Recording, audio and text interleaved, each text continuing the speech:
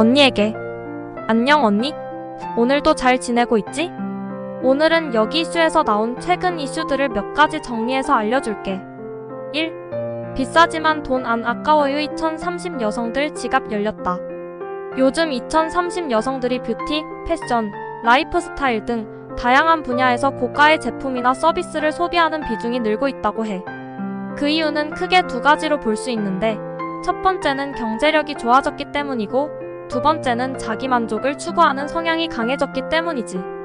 특히 뷰티 분야에서 2030 여성들의 지출 비중이 가장 높은 것으로 나타났는데, 이는 셀프 메이크업과 셀프 뷰티 케어에 대한 관심이 높아졌기 때문이라고 해. 추천 해시태그 2030 해시태그 고가소비 해시태그 뷰티 해시태그 패션 해시태그 라이프 스타일. 2. 더 많이 먹을 걸 후회하더니 3개월 새 600만 개 팔렸다. 요즘 오버프라임이라는 용어가 유행하고 있어. 오버프라임은 과도하게 비싼 가격에도 불구하고 인기를 끄는 제품이나 서비스를 말해. 대표적인 오버프라임 제품으로는 맥도날드 더블 치즈버거가 있는데, 이 제품은 출시 3개월 만에 600만 개 이상 팔렸다고 해. 이는 맥도날드가 더블 치즈버거의 가격을 기존 제품보다 200원 인상했음에도 불구하고 오히려 매출이 증가한 것으로 나타났기 때문이라고 해.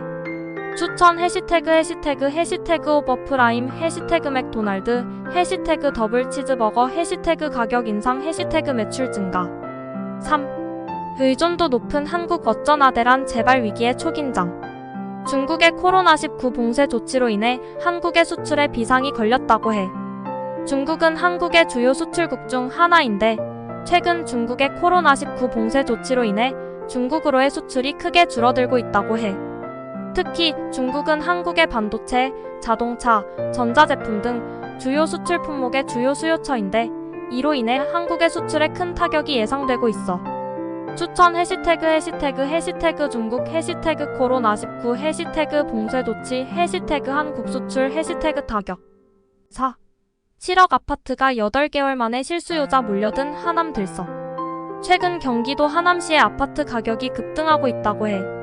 하남시의 아파트 가격은 지난 8개월 동안 20% 이상 상승했는데, 이는 서울의 집값 상승을 피하려는 실수요자들의 유입이 늘어났기 때문이라고 해.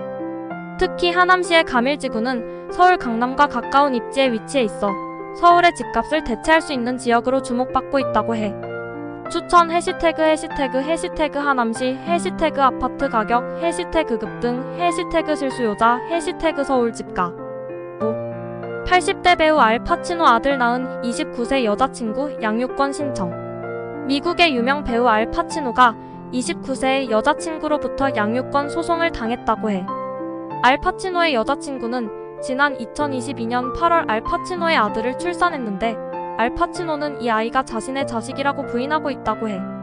이에 알 파치노의 여자친구는 알 파치노의 DNA 검사를 요구하며 양육권 소송을 제기한 것으로 알려졌어. 추천 해시태그 알 파치노 해시태그 양육권 해시태그 소송 해시태그 DNA 검사 해시태그 여자친구. 이상으로 오늘의 여기 이슈 정리였습니다. 언니도 오늘 하루 잘 보내고 다음에 또 연락할게.